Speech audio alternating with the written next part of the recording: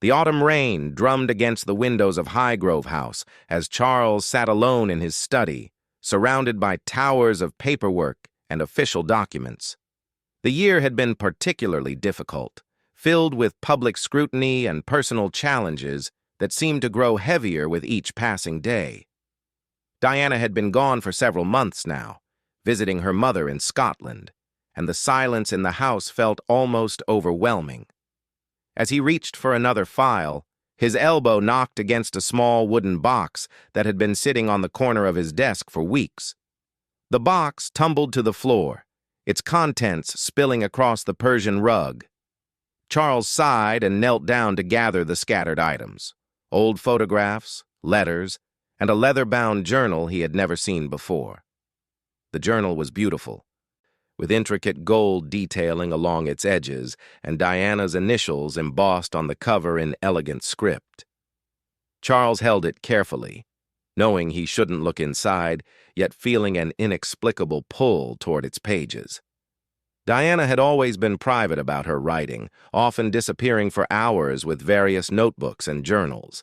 He had respected her need for solitude and never questioned what she wrote about during those quiet moments.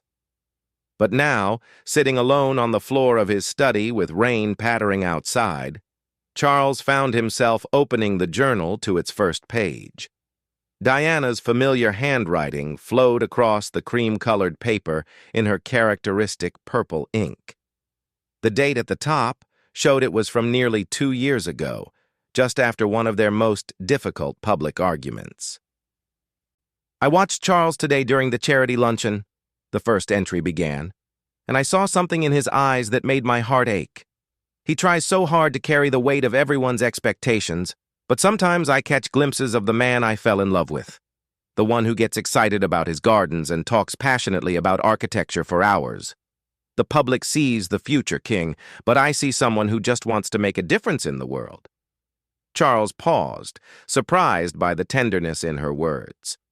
Their relationship had been strained during that period, filled with misunderstandings and heated discussions about their different approaches to royal duties.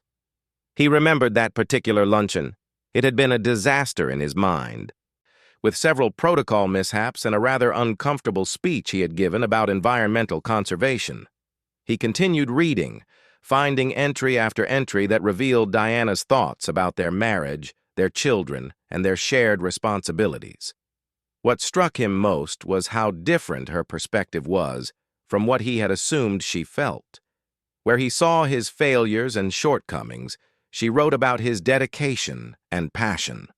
Where he remembered arguments and tension, she documented moments of connection and understanding that he had somehow missed. One entry from a particularly difficult week caught his attention. It was written after they had disagreed about William's education, a discussion that had ended with both of them storming off to separate parts of the house. "Charles thinks I don't understand the weight of tradition and responsibility," Diana had written. "But what he doesn't realize is that I see exactly how much it costs him to balance being a father with being heir to the throne. When he argued with me about William's schooling today, it wasn't really about education. It was about his own fears of not being a good enough father, not being able to protect our boys from the pressures he grew up with. I wish I could tell him that he's already a better father than he knows, but we're both so stubborn, so afraid of being vulnerable with each other." Charles set the journal down for a moment, his hands trembling slightly. He remembered that argument vividly, how frustrated he had been, how convinced he was that Diana simply didn't understand the complexities of royal life. But here was proof that she had understood far more than he had given her credit for. She had seen through his anger to the fear and uncertainty beneath. As he turned the pages, he found entries about their travels together, their joint appearances, and their private moments as a family. Diana wrote about watching him with William and Harry, describing scenes Charles barely remembered, but which had clearly meant everything to her. She wrote about his late-night phone calls with environmental organizations, his careful review of speeches and correspondence, his genuine concern for the people they met during royal engagements. Today, I watched Charles spend 20 minutes talking to an elderly woman at the hospital opening, one entry read. The cameras had moved on, the official part of the visit was over, but he stayed because she wanted to tell him about her late husband's military service. He listened to every word, asked thoughtful questions, and when she started to cry, he held her hand without thinking about protocol or propriety. This is the man I married, the one who genuinely cares about people, even when no one is watching. Charles felt his throat tighten as he read her words. He barely remembered the encounter she described, but Diana had noticed and valued it enough to write about it. How many other moments had she treasured that he had dismissed as simply part of his duty? The journal revealed a side of Diana he had never fully appreciated. Her observations about people were incredibly perceptive. Her understanding of complex social and political situations was deeper than he had realized. And her love for their children shone through every page. But perhaps most surprising was how often she wrote about him with genuine admiration and affection, even during their most challenging periods. One particularly moving entry was written after a state dinner that Charles remembered as being somewhat tedious and overly formal. Diana's account painted a completely different picture. "Charles was magnificent tonight," she had written. "I know he finds these formal events draining, but he made sure to speak personally with every visiting dignitary. He remembered details about their countries, their families, their interests. The ambassador from Kenya was visibly moved when Charles asked about the drought relief efforts and offered specific assistance from the prince's trust. I felt so proud to be his wife in that moment. Proud to be part of something meaningful and important." As Charles continued reading, he began to see their marriage through Diana's eyes. She wrote about her own struggles and insecurities, her efforts to find her place in the royal family, and her deep desire to support him and their shared mission. But she also wrote about his kindness, his intelligence, his dedication to causes he believed in, and his love for their children. The rain had stopped, and evening shadows were beginning to creep across the study floor. Charles realized he had been reading for hours, completely absorbed in Diana's words. Each page revealed new insights into their relationship and made him question so many of his assumptions about what Diana had thought and felt during their years together. Near the end of the journal, he found an entry that stopped him completely. It was written just 2 weeks before she left for Scotland, during one of their last serious conversations about the future of their marriage. "I know Charles thinks our marriage is failing," Diana had written, "and maybe in some ways it is. We've grown apart, become too focused on our individual struggles to remember what we once meant to each other. But I want him to know something that I've never been able to say out loud. I still believe in us. I still believe in the good we can do together, in the love we share for William and Harry, in the possibility that we can find our way back to each other. I'm going to Scotland to think, to get some perspective, but I'm not giving up on us. I hope he won't either." Charles closed the journal and sat in the growing darkness of his study, overwhelmed by emotions he couldn't quite name. For months, he had assumed Diana's trip to Scotland was the beginning of the end of their marriage. He had interpreted her need for space as rejection, her silence as indifference. But this journal revealed a completely different truth. Diana was fighting for their relationship, just in her own way. He thought about all the conversations they had never had, all the misunderstandings that could have been avoided if they had been more honest with each other. Diana's words showed him that she had been trying to understand him, trying to support him, even when he felt most alone and misunderstood. The telephone rang, startling Charles from his thoughts. He glanced at the clock and realized it was nearly 9 in the evening. The caller ID showed it was Diana, calling from Scotland as she had every few days since her departure. For the first time in months, Charles felt genuinely eager to speak with his wife. He had so much to tell her, so many things to discuss that had nothing to do with schedules or obligations or public appearances. Most importantly, he had questions to ask, not about practical matters, but about her thoughts, her dreams, her perspective on their life together. As he reached for the phone, Charles realized that Diana's journal had given him something precious and unexpected, a second chance to really see and understand the woman he had married, and perhaps, if he was brave enough to be completely honest with her, a chance to rebuild their marriage on a foundation of genuine understanding and mutual respect. Charles picked up the telephone with hands that shook slightly, his mind still reeling from everything he had discovered in Diana's journal. Her voice came through the line, warm but cautious, the way it had been in all their recent conversations. "Hello, Charles. I hope I'm not calling too late." "Not at all," he replied, his voice softer than usual. "Diana, there's something I need to discuss with you. Something important." There was a pause on the other end of the line. "Is everything all right? Are the boys okay?" "William and Harry are fine. They're with my mother for the weekend, you know. Diana, I found your journal today, the leather one with your initials." The silence that followed seemed to stretch forever.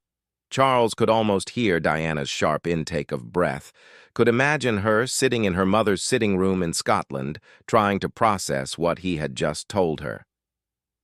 "Charles, she began, her voice barely above a whisper.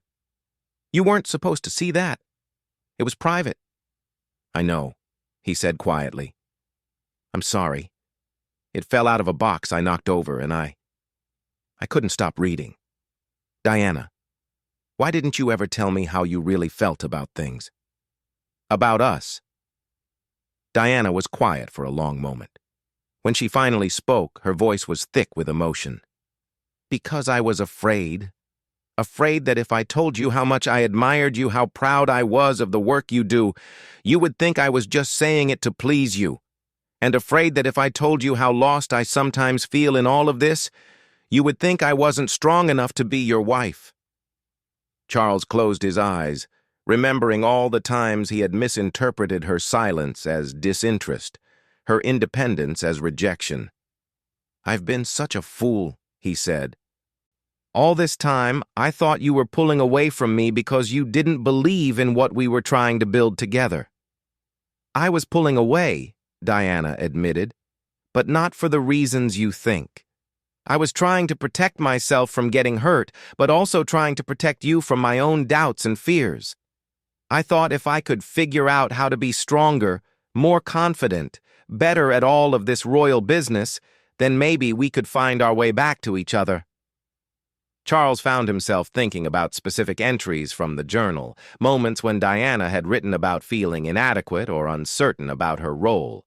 He remembered those same moments from his own perspective, times when he had been so focused on managing his own insecurities that he had completely missed her struggles. "There was an entry about the state dinner last spring," he said.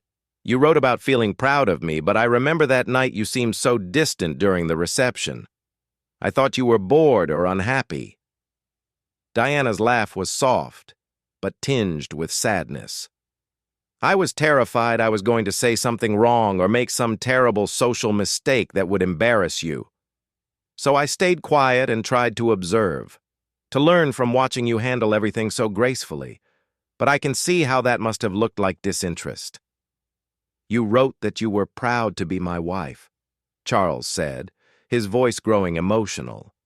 "I can't remember the last time I felt that from you." "Oh, Charles," Diana whispered. "I'm proud of you every single day. The way you genuinely care about the environmental causes you support. The way you remember every person we meet and ask about their families in follow-up letters. The way you read William bedtime stories in different voices even when you're exhausted from official duties.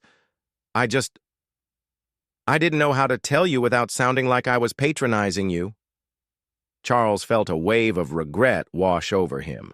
All these months they had been living parallel lives, both struggling with the same fears and insecurities, but too proud or too afraid to share them with each other. Diana's journal had revealed that they had far more in common than he had realized. "There was something else in the journal," he said carefully. "You wrote that you weren't giving up on us. Is that still true?" The pause that followed felt like an eternity. Charles could hear Diana's quiet breathing, could imagine her choosing her words carefully. "I meant every word I wrote in that journal," she finally said. "But Charles, I need to know that you want to fight for us too, not just because it's expected or because of duty, but because you genuinely believe we can be better together than we are apart." Charles thought about everything he had read that afternoon, about all the moments Diana had noticed and treasured that he had taken for granted.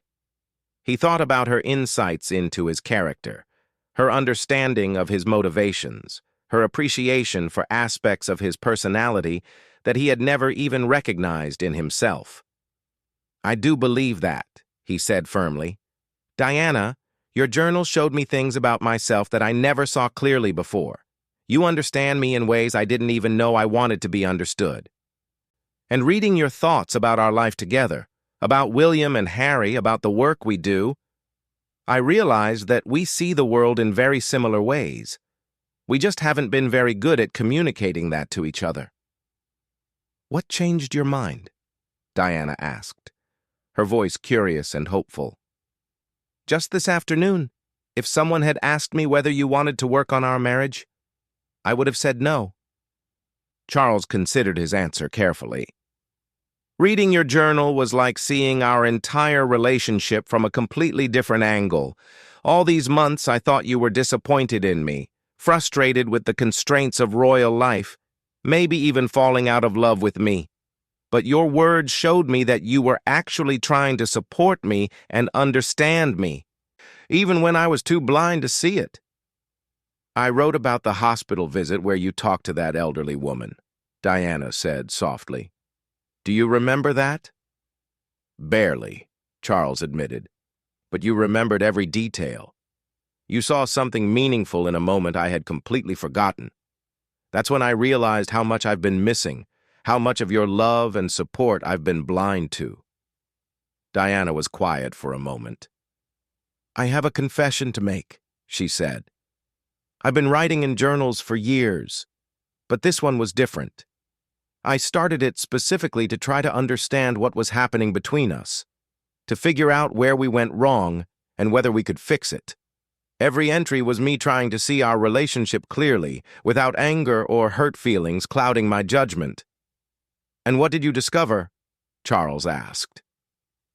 "That I love you more than I ever admitted, even to myself," Diana said simply. "And that our problems aren't actually about love or compatibility. They're about fear and pride, and our inability to be vulnerable with each other." Charles felt his heart race at her words. "Diana, I want to try again, but I want us to do it differently this time. No more assuming we know what the other person is thinking. No more protecting ourselves by keeping our feelings hidden." "What are you suggesting?" Diana asked, though her voice carried a note of hope that hadn't been there at the beginning of their conversation. "I'm suggesting that you come home," Charles said. "Not because our schedules demand it or because of public expectations, but because I miss you. Because I want to have the conversations we should have been having all along. Because I want to tell you things I've never told you before, and I want to hear about your thoughts and dreams and fears." Diana was quiet for so long that Charles began to worry she was going to refuse. When she finally spoke, her voice was warm with emotion. "I miss you too," she said. "I miss talking with you about more than just logistics and public appearances. I miss laughing with you. I miss feeling like we're on the same team instead of just two people trying to fulfill the same obligations." "So you'll come home?" Charles asked hopefully. "Yes," Diana said without hesitation. "But Charles, I need you to promise me something. I need you to promise that we'll be honest with each other, even when it's uncomfortable. even when we're scared or uncertain or don't know the right thing to say. I promise, Charles said firmly. And Diana, I need you to promise me something too. I need you to tell me when you're struggling or uncertain instead of trying to handle everything alone. Your journal showed me that you've been carrying burdens I didn't even know existed. I promise, Diana replied, and Charles could hear the smile in her voice. As they continued talking, Charles felt something shift between them. The conversation flowed more easily than any they had shared in months, moving naturally from practical matters about Diana's return to deeper discussions about their individual fears and hopes for their marriage. For the first time in a long time, Charles felt like he was talking to his best friend again, not just his royal partner.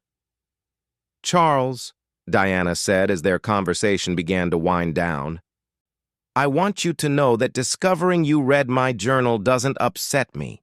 Actually, I'm grateful you found it. I think it might have been the only way for us to break through all the walls we've built up. Your words in that journal, Charles said softly. They reminded me of why I fell in love with you in the first place. Your compassion, your insight, your ability to see the best in people even in difficult circumstances. I want to be worthy of the man you described in those pages. You already are that man, Diana replied. You always have been. We just lost sight of each other for a while.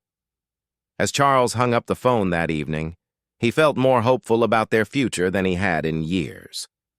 Diana's journal had given them an unexpected gift, a window into each other's hearts and minds that had revealed not insurmountable differences, but profound compatibility that had been obscured by miscommunication and fear. He spent the rest of the evening rereading portions of the journal, but this time with a different perspective.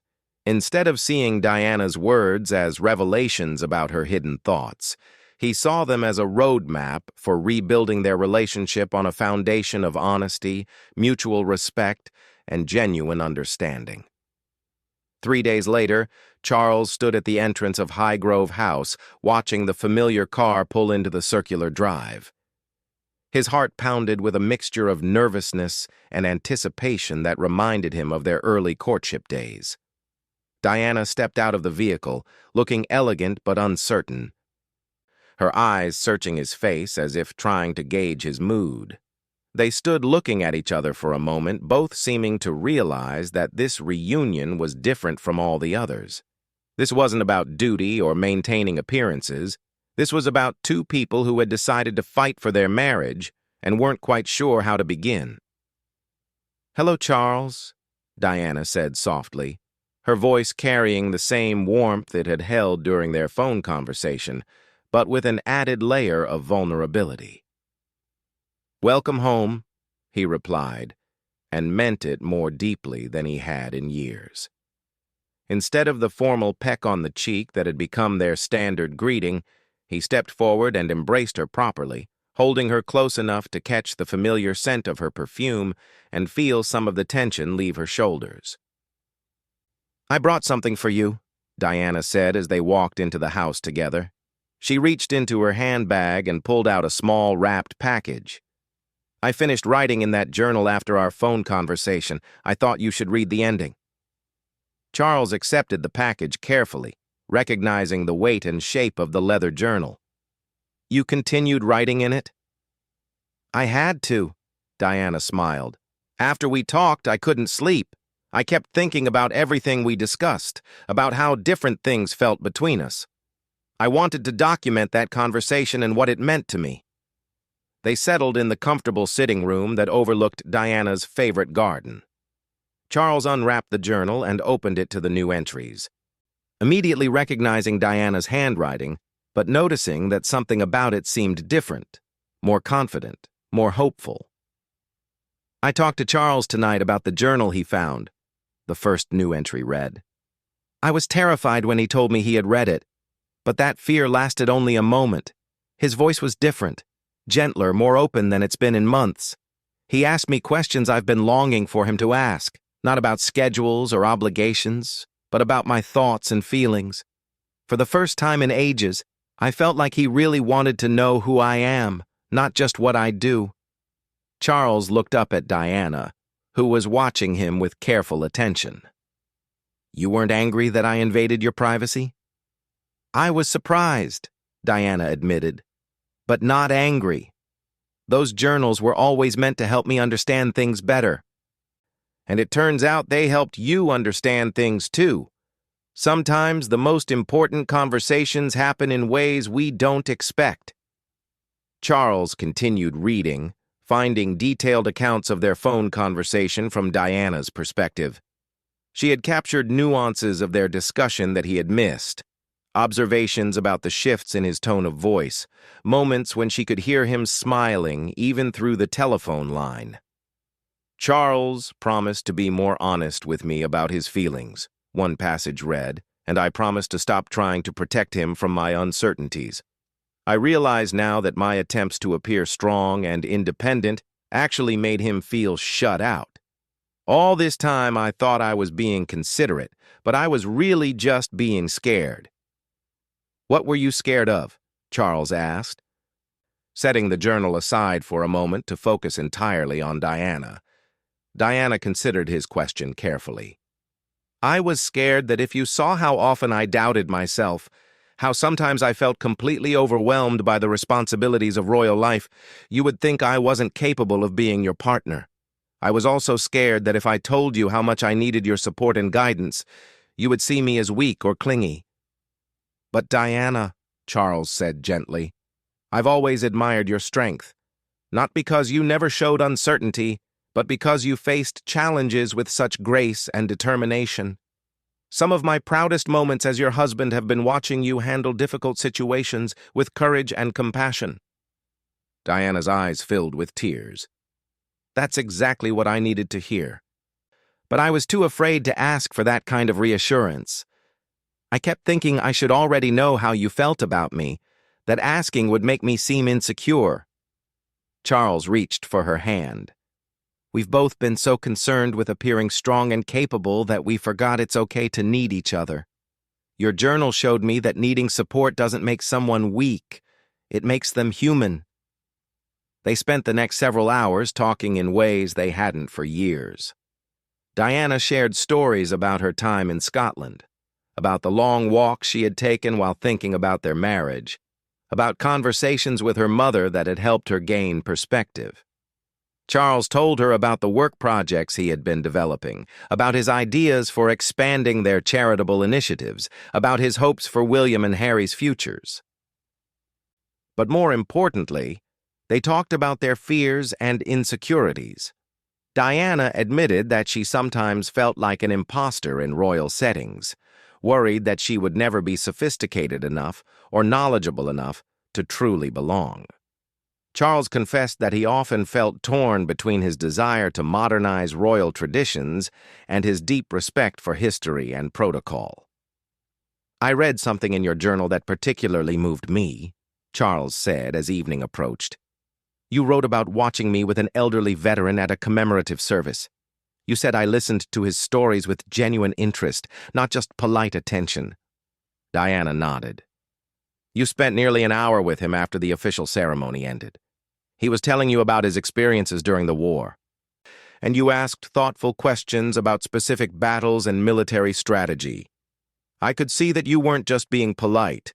You were genuinely fascinated by his knowledge and grateful for his service. I barely remember the details of that conversation, Charles admitted, but you captured something about it that I missed entirely. You saw the meaning in that interaction in a way that I didn't. That's because I was watching the man I love be exactly who he's meant to be, Diana said simply. You have this gift for making people feel heard and valued. It's one of the reasons I fell in love with you, and it's one of the reasons I know you'll be an extraordinary king. Charles felt a warmth spread through his chest at her words. You really believe that? I've always believed that, Diana replied. But I haven't been very good at telling you. I kept thinking you must know how much I admire you, but reading my own journal made me realize that admiration means nothing if it's never expressed. As they continued talking, Charles began to understand that Diana's journal had been more than just a record of events. It had been a tool for processing complex emotions and situations. Her written reflections had helped her see patterns in their relationship that might have remained hidden otherwise. "I want to start keeping a journal too," Charles said suddenly. "Not because I think you should read it, but because writing helped you understand things so clearly. Maybe it would help me process my thoughts and feelings better too." Diana smiled. "I think that's a wonderful idea. And Charles, I want you to know that if you ever want to share something you've written, I would be honored to read it. Just as I'm grateful you read mine." That evening, they had dinner together in the informal dining room, something they hadn't done in months. The conversation flowed naturally between serious topics and lighter moments, punctuated by shared laughter and comfortable silences. Charles found himself really looking at Diana, noticing details about her expressions and gestures that he had somehow stopped seeing over the years. "I have a proposal," Charles said as they finished their meal. "I think we should plan a trip together, just the two of us. Not an official engagement or a family vacation, but something we choose to do because we want to spend time together." Diana's face lit up with genuine excitement. "Where would you want to go?" "Anywhere you'd like," Charles replied. "I want to hear about places you've dreamed of visiting, things you've wanted to see or experience. I want to plan something based on your interests and curiosity, not on royal protocols or public relations considerations." Diana was quiet for a moment, clearly surprised by the suggestion. "I've always wanted to visit the art museums in Italy," she said thoughtfully. "Not for official cultural exchanges, but just to spend time looking at beautiful things and talking about what we see." "Then that's what we'll do," Charles said decisively. "We'll plan a private trip to Italy, visit the museums and galleries you're interested in, eat at small local restaurants, and have the kind of conversations we used to have when we were first getting to know each other." "You would really want to do that?" Diana asked, her voice full of wonder. "I would love to do that," Charles replied honestly. "Diana, your journal reminded me that you're endlessly interesting and insightful. I want to rediscover that side of our relationship, the part that has nothing to do with our public roles and everything to do with who we are as individuals." As they prepared for bed that night, both Charles and Diana felt a sense of hope and possibility that had been missing from their marriage for far too long.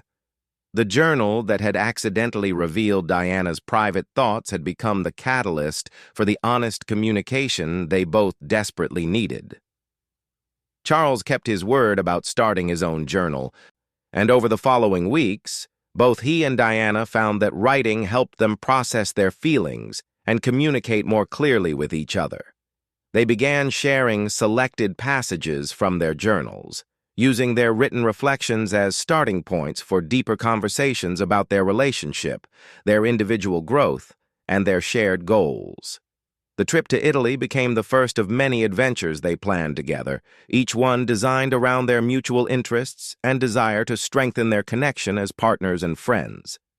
Diana's secret journal had given them something precious and unexpected, a second chance to build the marriage they had always wanted, based on honesty, mutual respect, and the deep love that had never really disappeared, only gotten buried under years of miscommunication and fear.